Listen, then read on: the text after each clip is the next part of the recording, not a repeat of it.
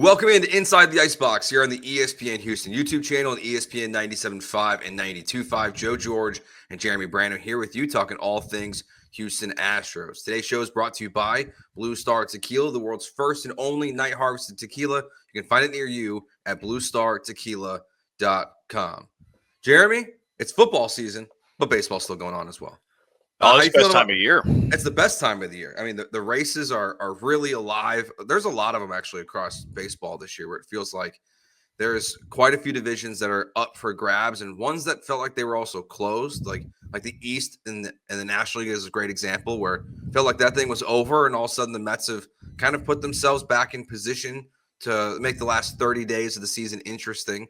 But the Astros, as we are doing this today, have a 2-game lead in the West.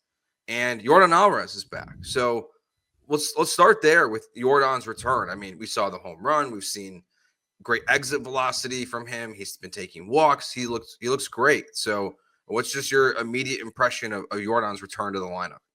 Yeah, he looks healthy, right? I mean, he looks like normal Yordan Alvarez. Like, is he 100%? I mean, is he hitting the ball like as far as he humanly can? I don't know, but I think it's good enough, right? Like, he looks healthy to me. I mean, it's a home run to straightaway center field.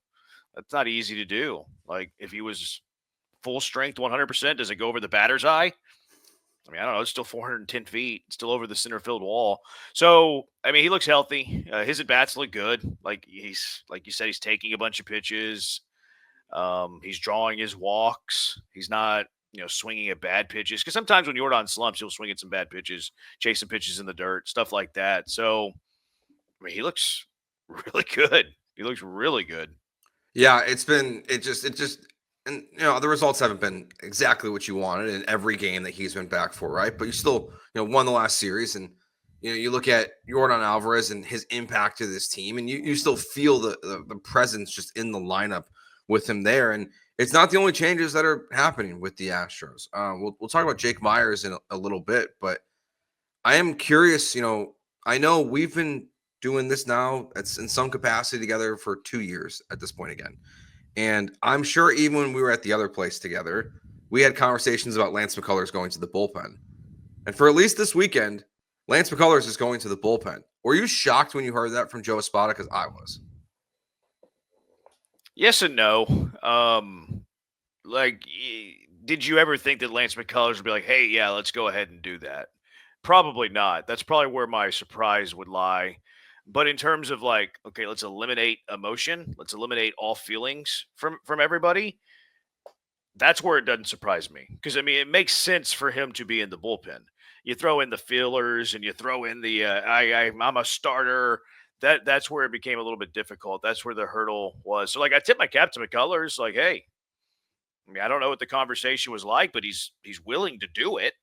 So I actually I like that about McCullers. McCullers catches a lot of hate, and rightfully so, because he's not a good pitcher anymore.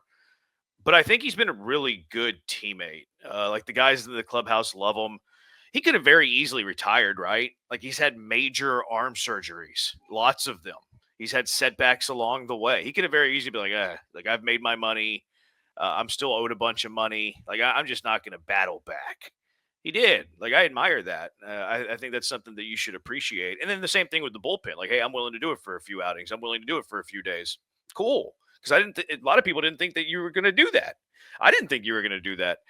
So I actually tip my cap to Lance for that. I think they're two separate conversations. Like, his efficiency as a pitcher, and then also, like, is he a good dude? Is he a good teammate? And I think he is the latter. So I admire that he is doing that. So yes and no on the surprise that he was like, yeah, let's go. Gave the clearance there, but from a team aspect, it was the move that needed to happen. I think it's also just the longevity of Lance McCullers. Like, going into next season, you're gonna have Hunter Brown.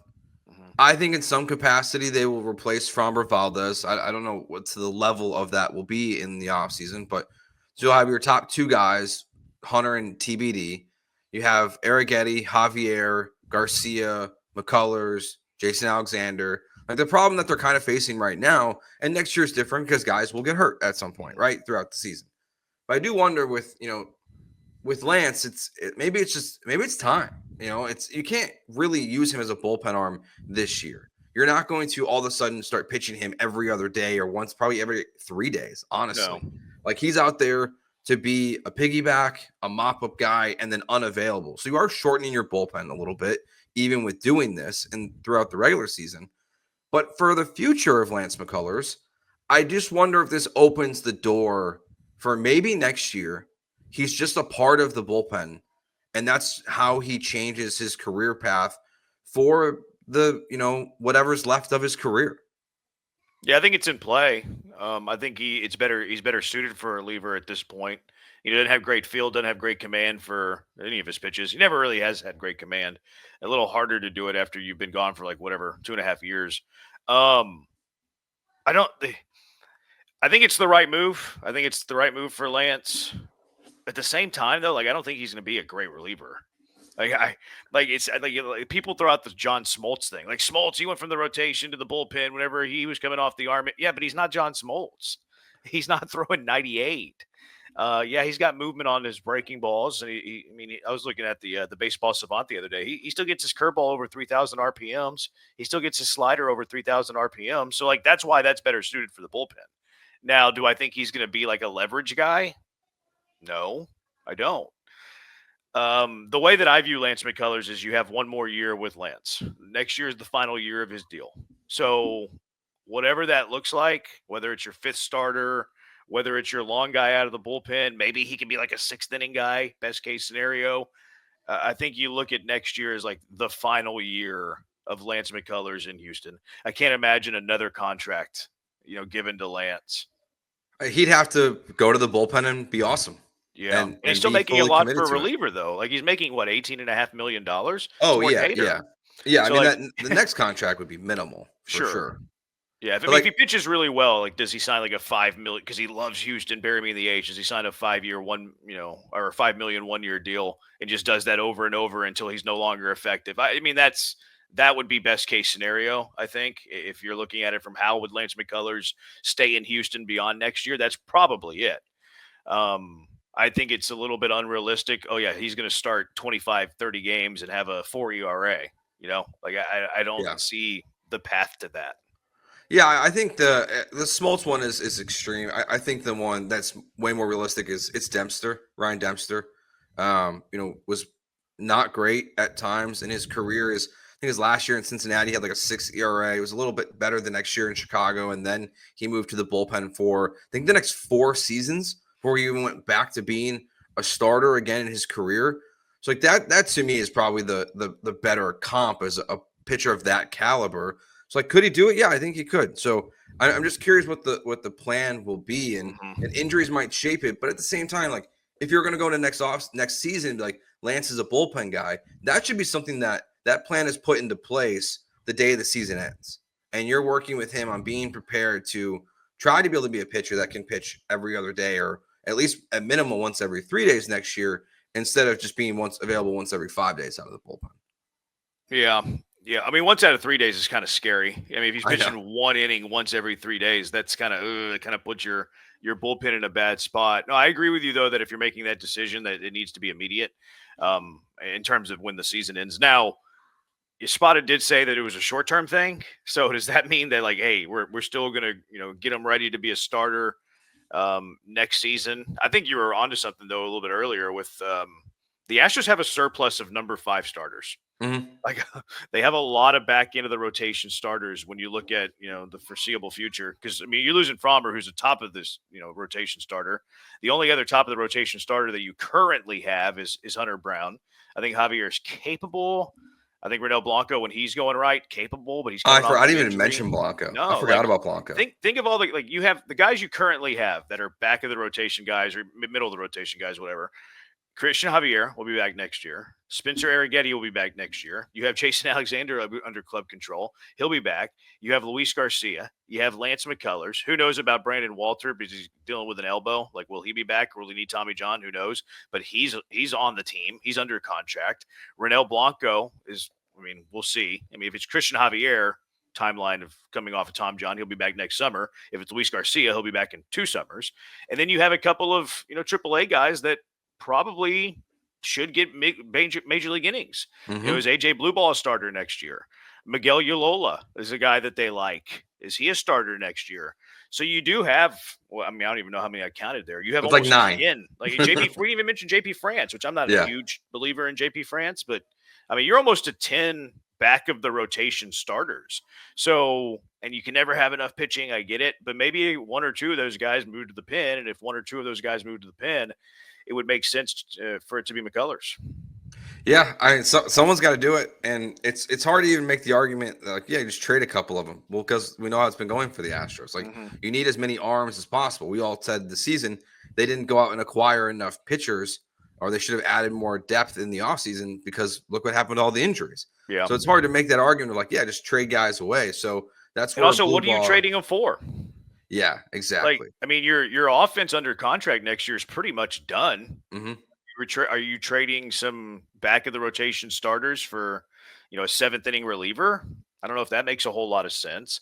Are you just trading them away for like a single A prospect? I mean, you're trying to win. I don't know. Like they have an interesting quandary because I agree with you. Like, I think that they're going to try to replace Framber in some capacity. Like, I think they will sign a free agent starter who's capable of being like a number 2, number 3 that maybe hasn't pitched excellent, but they feel with their pitching machine that they can turn around his career. Maybe it's Dylan Cease. Maybe it's Dylan Cease who they tried to trade for, and the demand was too much. So they're going to have 10 starters, like 10 big league starters next year. Now, 8 or 9 of them are back of the rotation guys. Yeah, but it is an interest. This offseason is going to be very interesting. Yeah, they'll have a lot of options on things that they can do. One guy who's he's getting close to coming back. I don't know how you felt. Like I felt like the Jake Meyers thing was kind of, maybe it's just because it's so under the radar because the focus has been on Yordan Alvarez and the pitchers. I feel like Jake has been widely ignored about his return to the Astros, but he's now back in Sugarland, and could be back with this team very soon. So what's the play here? What's the lineup? Question the guy who questions Joe Espada's lineup every day. What's the lineup when Joe Espada's back? That's not me Jake Meyers is back. That's me encouraging conversation. I like talking ball with my friends. That's what that's about. I'm not complaining about his. I mean, you don't say what's right. You don't say what's right with Joe Espada's lineup. Yeah, but negativity feeds engagement more than positivity, especially in this fan base. Yeah, so I mean, it's a little calculated there. What's wrong with Espada's lineup? Might get 1 comment and 1 like 200 views. Yeah. I mean, Meyers is just your everyday center fielder. Like, you haven't gotten much production there. Jacob, they like Jacob Milton's defense. That's very clear, which I understand. Like, he is a very good defender. Like, he's fast, he's athletic, he gets good jumps on balls. Like, I like his defense too. It stinks that he can't hit a lick. Hopefully, eventually he learns to hit a little bit. And he showed some power in the minors. I'm not giving up on him as a player. I think he has a chance to help you down the road. But I mean, Meyers would immediately just be your everyday center fielder again. I mean, we forget that Meyers was hitting 308. Like, he's hitting 308 this season. He gets on base 37% of the time. His OPS plus is 115.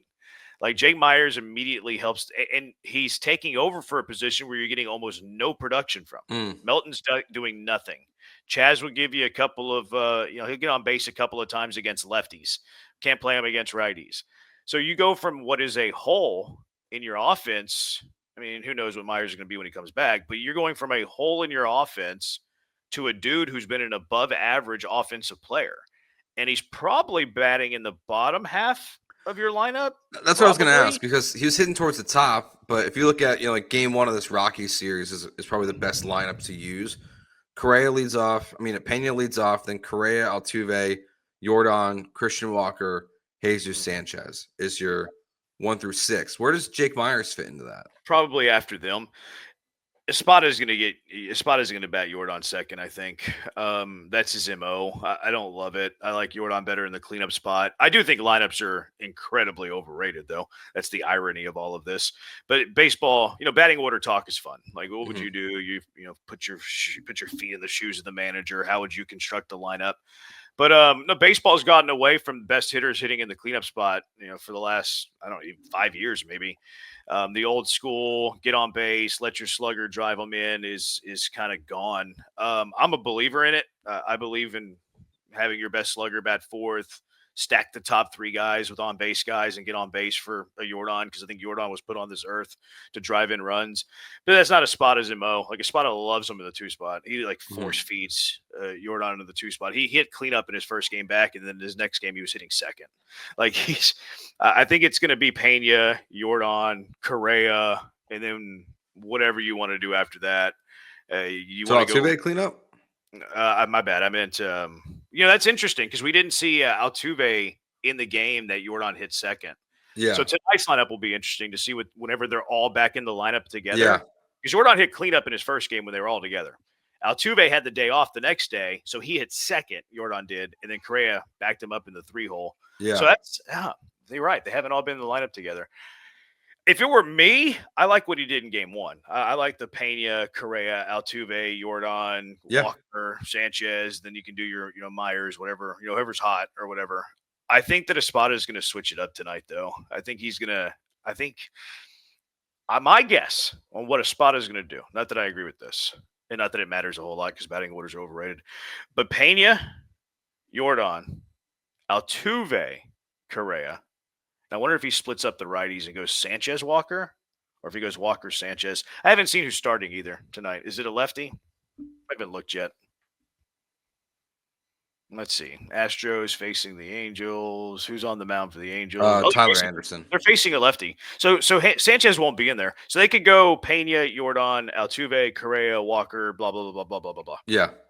I mean, I think it's interesting. I mean, I'm with you. I think I'd rather have Yordan batting in a position to drive in more guys, but it's the way baseball has changed. I mean, it's basically the best player bats second, unless you're the Dodgers and the best player bats first.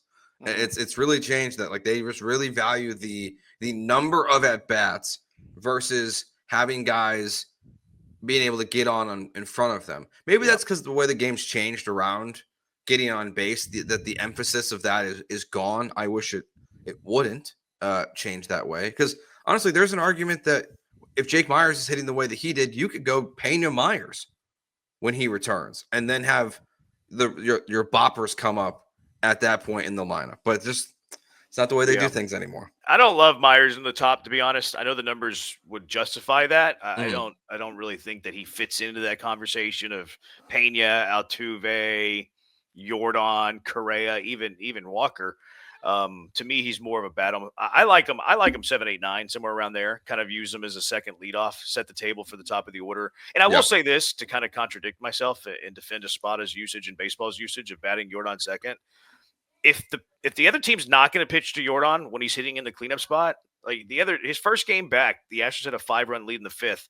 And he saw 4 straight pitches out of the zone. Like, they want nothing to do with him. So that is the hole you could poke in the Yordan and the 4-hole argument, is if they're never going to pitch to him in critical spots, then why are you using him in the 4th spot where there's more critical spots?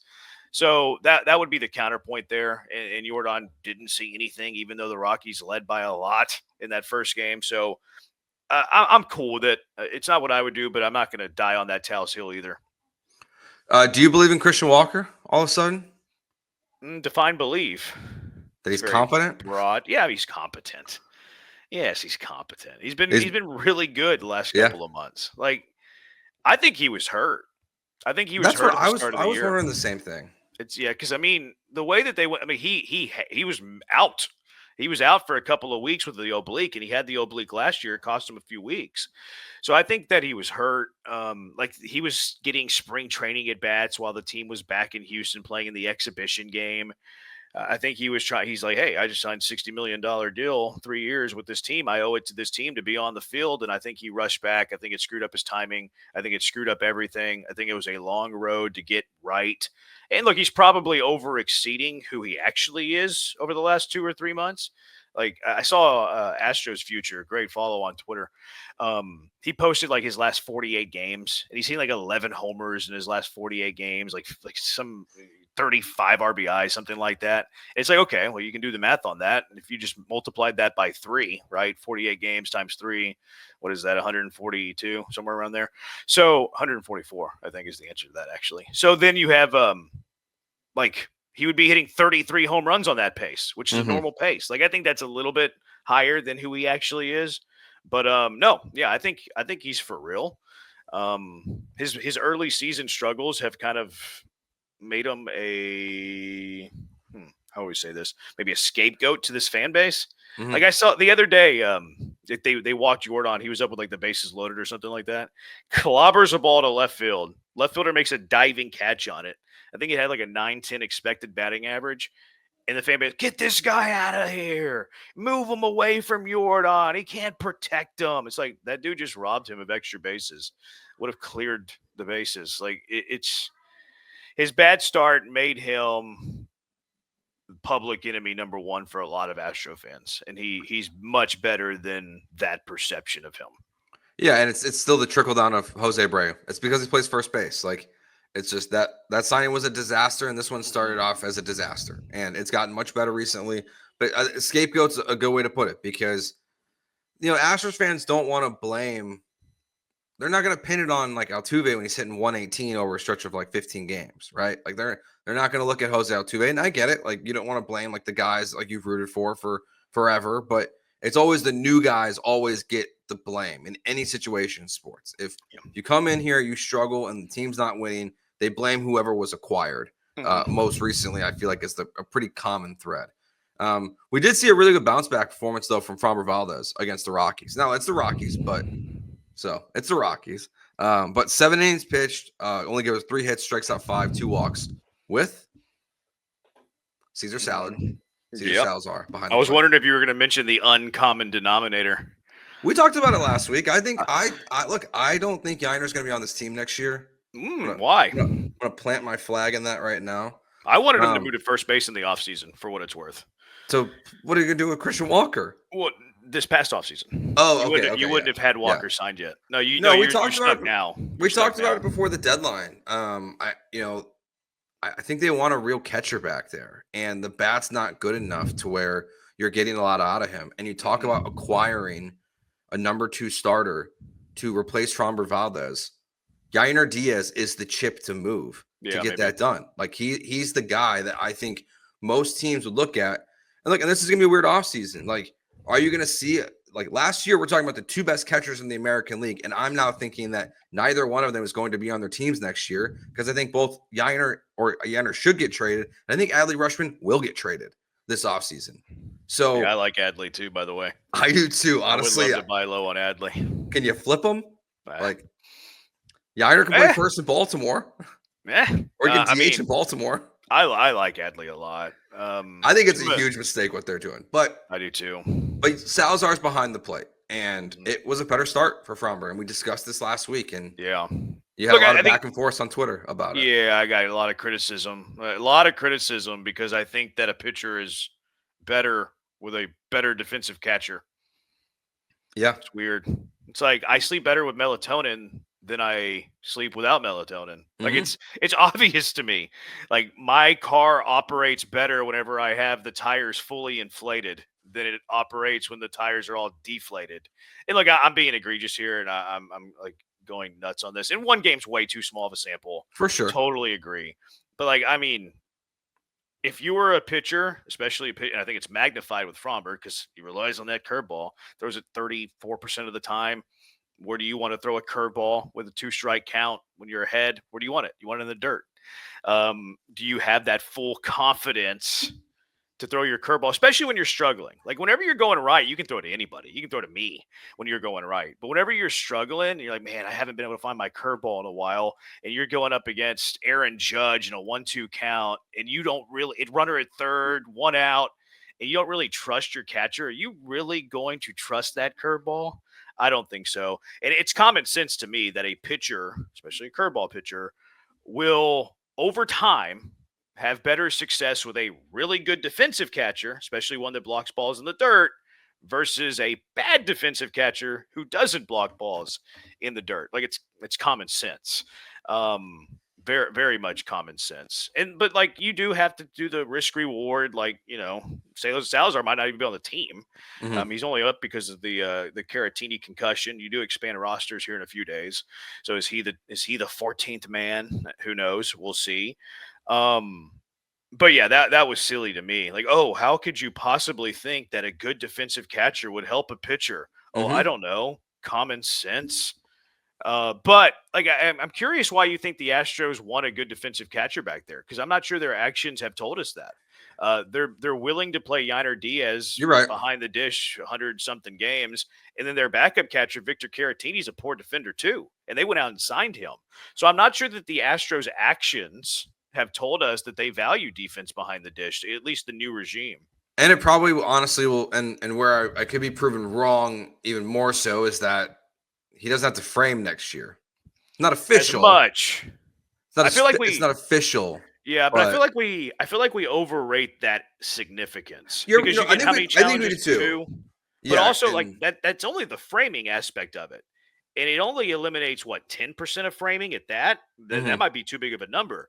This doesn't eliminate controlling the run game. This doesn't eliminate blocking balls in the dirt. I mean, there's still I don't think that it impacts defensive catching nearly as much as some people are letting on. I think that's fair. Because the challenge is too is because once you get them wrong, they're gone, right? Yeah. So it's if someone's out there challenging it and they Hmm. get it wrong, well then it's still just based on what the umpire says. So if you're facing the Angels like you are tonight and they get the first two wrong and all of a sudden it's just in the umpire's hand the rest of the game, well then it is based on what the catcher and everything is happening in front of them. So I think that's fair. I I don't know. think It's it just impacts framing 10%, but I, it doesn't change blocking balls in the dirt at all. Yeah, I think honestly, I think it's more. It's maybe not. I probably misspoke there a little bit about it being for the defensive emphasis, but I just think when you talk about acquiring a number two pitcher, like they're not going to go out there. I don't think they're going to pay for Dylan Cease. Yeah. So the only thing in my mind of like how can you acquire one of those is like Hmm. is Isak Paredes and Yainer Diaz. Like those are your chips Yeah. this offseason to make a splash to make this team better. And I just So think a defensive catcher would benefit them because they haven't been able to throw a guy out at second base in 4 years, a basically. lot of that's on the pitching staff. For sure. But A it's been I lot of mean, that's on the pitching. it was Christian good at Javier one might be the point with worst Maldi. ever. Yeah, that was before the bigger bases and like the running game wasn't as Yeah. active as it is now. The Astros are terrible at holding runners, really bad. Javier's especially bad at it. Oh, he's awful at it. Bad. Um, No, but no, I think you could be onto something. Like I don't hate that idea. A lot of it's because I don't love Yiner's defensive prowess, Mhm. and I like it. Like I'm okay with who he is offensively. Like he gets a lot of grief because he's ADHD and he swings at everything, and that is true. But I take his weaknesses for his positives offensively. Like he's still gonna. I mean, last year he hit 299, flirted with a 300 average. Mhm. His first season in the bigs, he had 20 something home runs in part time duty, like 104 games, something like that. So, and I think there's room for development there too. Like I always like to point to Pena with Yiner. Like Pena is not a good play disciplined guy. Mhm. He's just way better than he used to be. He's still below average, still way below average, but he's not abysmal like he used to be. If Yiner can just get 10% better with plate discipline and swing decisions, does he have a Pena explosion in him? I think he does. So like I'm hesitant to give up on Yiner, but I don't love him at catcher. You have two DHs currently on this team. You have two first basemen, Walker Isak, currently on this team. So you either have to suck it up, Buttercup, and deal with his bad defense behind the dish, which is growing frustrating, or you use him as a trade chip to find a replacement at the top of your rotation. I do think it's in play. It makes a lot of sense because I'm with you too. Like, you're gonna want to sign a pitcher for 90 million for 3 years. Probably not. Or can you go acquire one of the Marlins pitchers who are under control and Yeah. much cheaper and make a trade that way? Like Now that they seems more logical how the Astros would operate. right now, whoever trades for Yiner, I wonder how they view him. Like I don't think that he's viewed by many as a catcher. So you're viewing him as either a DH or you're viewing him as a first baseman who has to learn the position. I know he's Mhm. played there, but he hadn't played there a lot and hadn't played there much recently. So I do think that diminishes his trade value a bit. Is he might be positionless, he might be a tweener, he might be a DH only. So I don't think that he has the value of what the consensus would be on him from like the Astro fan base. That's fair. I think that's fair. But All I right, do well, think he can. I do think he can get you in a package a starter for what it's yeah, worth. for sure. I think he can get you probably not Edward Cabrera, but probably if he wanted Sandy Alcantara, like I think, which I think would be a wise move for the Astros. Mhm.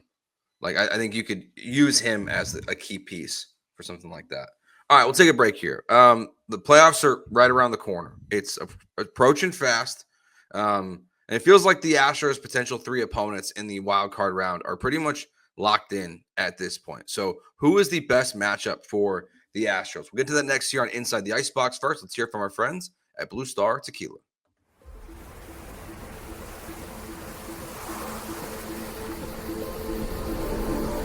In the highlands of Jalisco, as the fierce heat of day fades into dusk, the sun dips below the horizon, and our jimadores begin their work.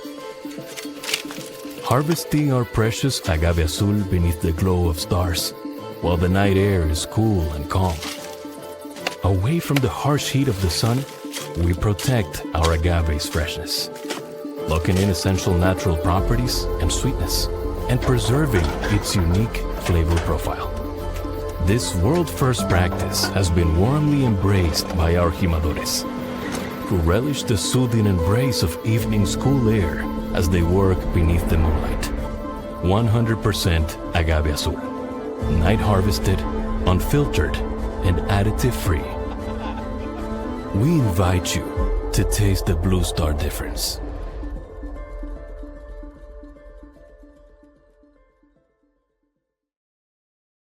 All right, Jeremy. It feels like at this point the Houston Astros are locked into the wild card round at least. I think in some capacity. I mean, I guess they still can make a push for one of the top 2 seeds in the American League, but every week we talk about chasing it, and that gap doesn't seem to be closing. So for this purpose, let's assume they're playing a 3-game series, hopefully here at Minute Maid Park. What's the best matchup? The Mariners, the Yankees, the Red Sox. Oh, Dyken Park, whatever. No, that's not what I'm saying. Oh. I'm saying you hope it's at home. Yeah. There's some debate there. I mean, because they're not good at home. There's debate. I'm with you for what it's worth. I would Yeah. rather play at home than Yankee Stadium, Fenway, T-Mobile. There's a healthy percentage of the fan base that disagrees with us. The idea that fans want the Astros to fall down in the playoff standings so they can be on the road a majority of the playoffs is funny, but also fair. I think if you phrase it that way, it would be. But it's the just more truth, though. funny. The only way to play on the road in the wild card Right. is to be one of the 2 lowest seeds. I mean, I think it's more the hypothetical. Like, given the choice, you're in the playoffs. Would you rather be at the Dike or would you rather be at Yankee Stadium? Yeah, they'd say Yankee Stadium. I think it's pretty close to 50-50. Yeah. Well, because it's Altuve, you want to hear him get booed at Yankee Stadium and watch him crank home runs because you know he's going to do that. So is Correa. I mean, it's advantage Astros at Yankee Stadium versus it's probably neutral site, basically, Yankees, Astros at Dyken Park. I wouldn't want Fenway. I wouldn't want to go there. T-Mobile, they have a reputation, dog. No thanks on that. But Yankee Stadium doesn't terrify me. But what's the best team matchup, you think, right now as you look at this? Those 3 teams, I mean, they feel pretty locked in. Like, even if the Astros were to fall behind the Mariners in the West, like in some capacity, because like these are one of the 3 teams that you'll be playing in the wild card round. We'll be airing those games on the station when they're at night. So Mariners, Yankees, Red Sox. What's your order of best to worst there? Yankees for me at the top. Just like, you've had good success with them. Probably second one's hard. Mariners have good pitching. Not as good away from home. Their lineup's kind of legit. Are you playing at home here? Let's say let's say for this, let's say you're playing at home. I don't think, actually, now that I think about it, I don't think it changes my answer. I would go Yankees, Mariners, Red Sox in that order. Red Sox kind of scare me for some reason. I don't know if it's the Bregman factor. That offense is legit. Cora's up to stuff. I would go Yankees, Mariners, Red Sox. I think mine's the same. So, I mean, Yankees, it's that lineup's not super scary outside of 1 or 2 pockets in it. The pitching staff is obviously not what they think it's going to be. Their bullpen's been Devin Williams has been a disaster since they got him. So the Yankees, none of the Yankees, honestly, really terrifies me. And And I love seeing the Astros play the Yankees in the playoffs. It's been one of the most fun things we've got to see is them dominate them at various points in the postseason. So I put Yankees 1. I put Mariners 2, even though Cal Raleigh is going to hit like 60 home runs this year. But their pitching staff's awesome. And based on what we see at home for the Houston Astros, do you want to see, I don't even know who they'd roll out there right now, but is it Brian Wu and Luis Castillo? Like, I don't know who the top 2 guys from the Mariners would even be right now, but like, do you want to see those guys pitching here in Houston where that feels more likely to have the outcome that the Tiger series has? Yeah. So I guess I'm going to flip it. I'm going to go Red Sox too. If it's at home, I'm going Yankees, Red Sox, Mariners. Yeah, that's why I think it's just crochet. The Red Sox are bringing up one of their best pitching prospects today. Mm-hmm. Like, they've got some weapons, obviously. You've got the Bregman factor, but like, I don't think I'd want to face the Mariners pitching staff in a 3-game series. Have you seen Peyton Tolley, by the way? Yes. That guy? Yes. Looks I like hadn't until I watched a video of Kurt Reynolds. Yeah, I had not seen him until I watched Jared Carrabis's podcast put out a video, and one of their guys shaved his entire beard. Yeah. Mid-podcast and just left the mustache, and then they showed I was like, this kid looks awesome. I might have to buy a jersey. I've called a few of his games. He was at Wichita State. So like back in the American days, he was a 2-way player. Actually, he hit like he was their pitcher and like DH days. They wasn't pitching and like was a slugger. And then he transferred to TCU and was really good there. He's from Yukon, Oklahoma too, which is just fitting. Like he looks from Yukon, Oklahoma. This big country boy from Yukon, Oklahoma. No, I think you're onto something. That's why I kind of asked where the games would be, because Seattle doesn't scare me as much away from Seattle. Boston doesn't scare me as much away from Fenway. Just cores up to stuff.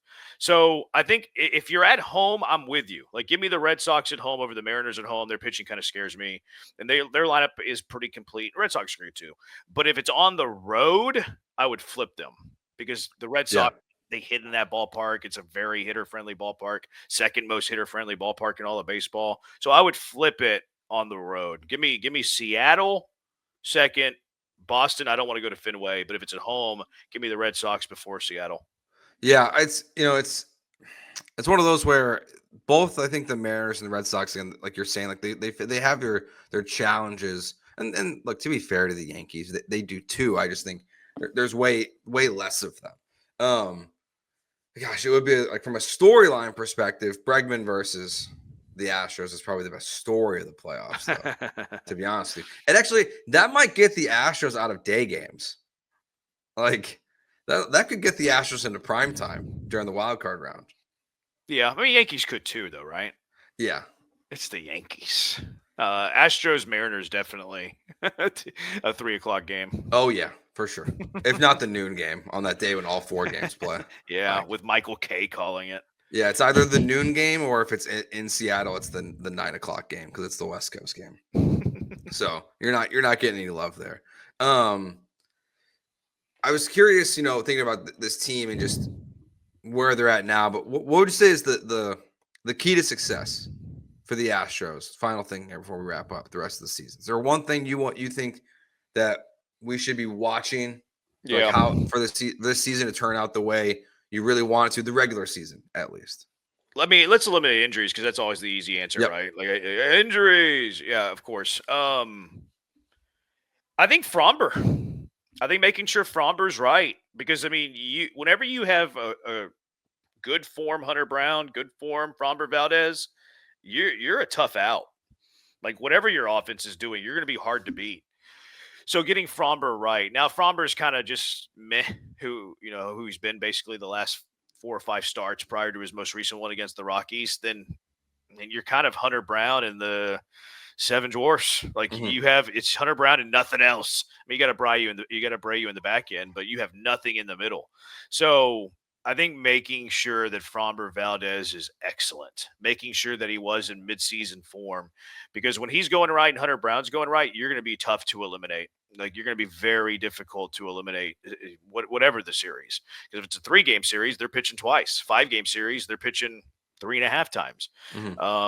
7-game series, they're pitching 4 times. So making sure Framber Valdez is right is the biggest thing for me, beside health. Like if Yordan was 0 for the rest of the regular season, I think he turns it on in the postseason. Like it's just what Yordan does. And plus, you have enough bats offensively. Like Jose Altuve had a bad playoff last year, right? If or 2 year, whatever year it was, I think it was 2 years ago, and they like all of a sudden turned it on in the ALCS. Like I trust that the Astros offense have enough guys that they'll do enough. Not that I like think they're going to win 10-8 every single game, but I think they can do enough. There's enough pieces there. If you don't have right Framber and right Hunter Brown, you might as well kiss the season goodbye. Mm-hmm.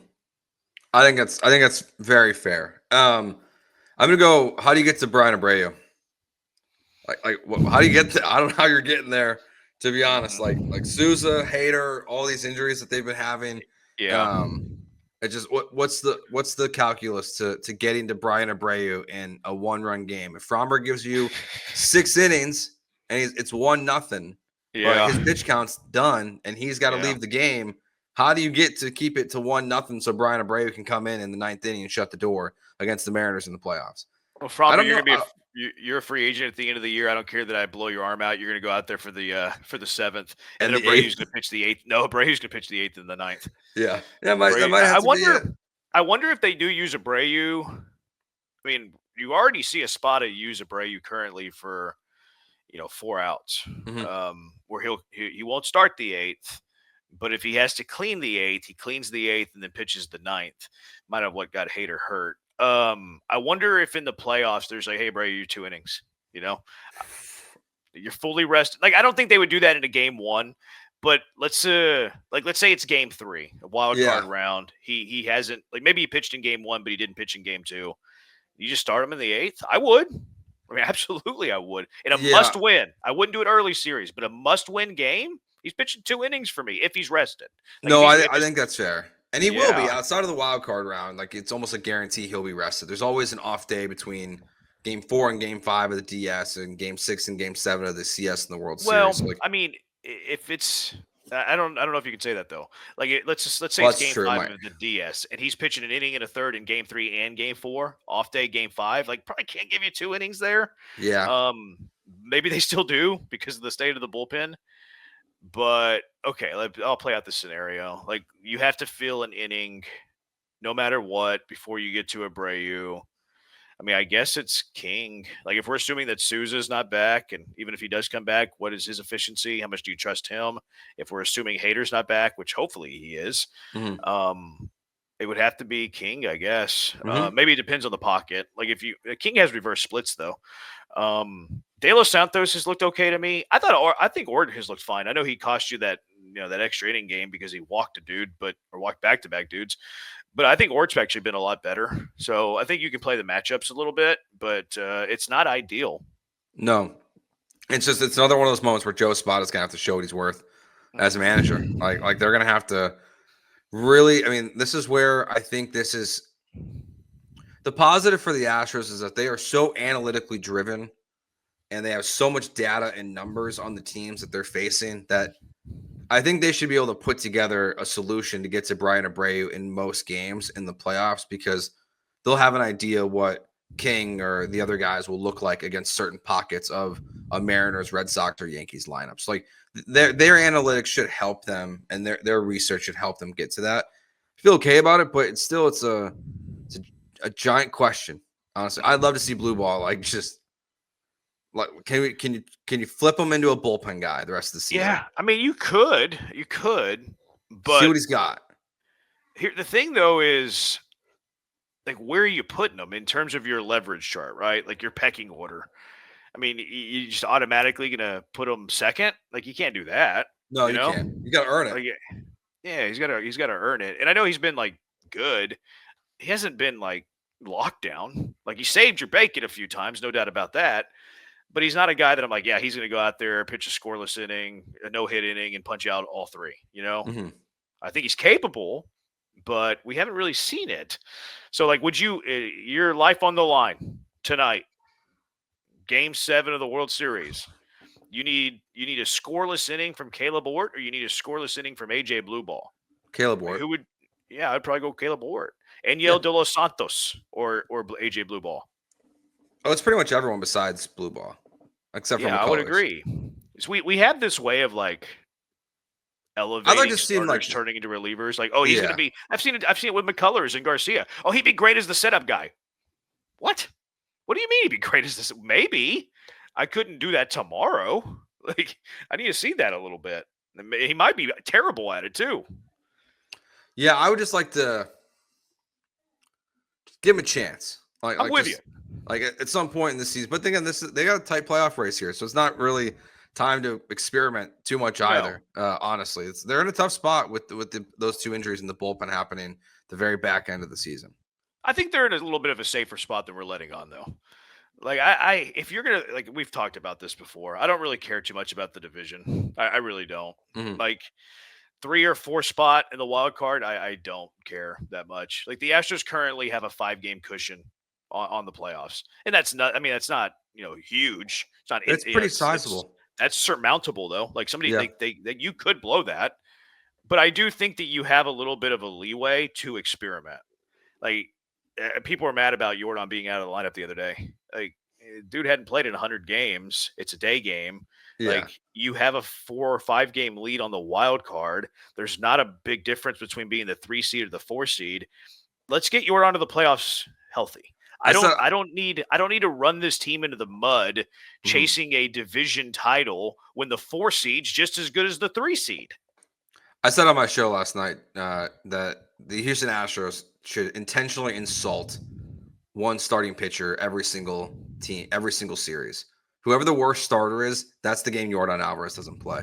I don't care if it's a day game or whatever. Just look at the matchups and be like, this guy sucks. We don't need Yordan Alvarez in this game. Yeah. Even though the Astros proved against the Rockies, you can't really predict that because they got, I don't hate that idea. Much. I mean, I much rather set my schedule for Yordan. Like, here's what it's going to look like, Yordan. The pitcher be darned. But no, I don't hate that idea. Yeah, just like that guy stinks. We don't need Yordan today. All right. He's Jeremy Branham. He's Jeremy Branham. Find him on all social media platforms at Jeremy Branham. I'm Joe George. This episode has been brought to you by Blue Star Tequila, the world's first and only night harvested tequila. You can find it near you at plenty of bars and liquor stores in Houston right now. Just go to bluestartequila.com, hit the find it near me, and you can find up in any location near your house or wherever you're going. So thank you guys for watching. We'll talk to you guys next week. Have a good one. Peace.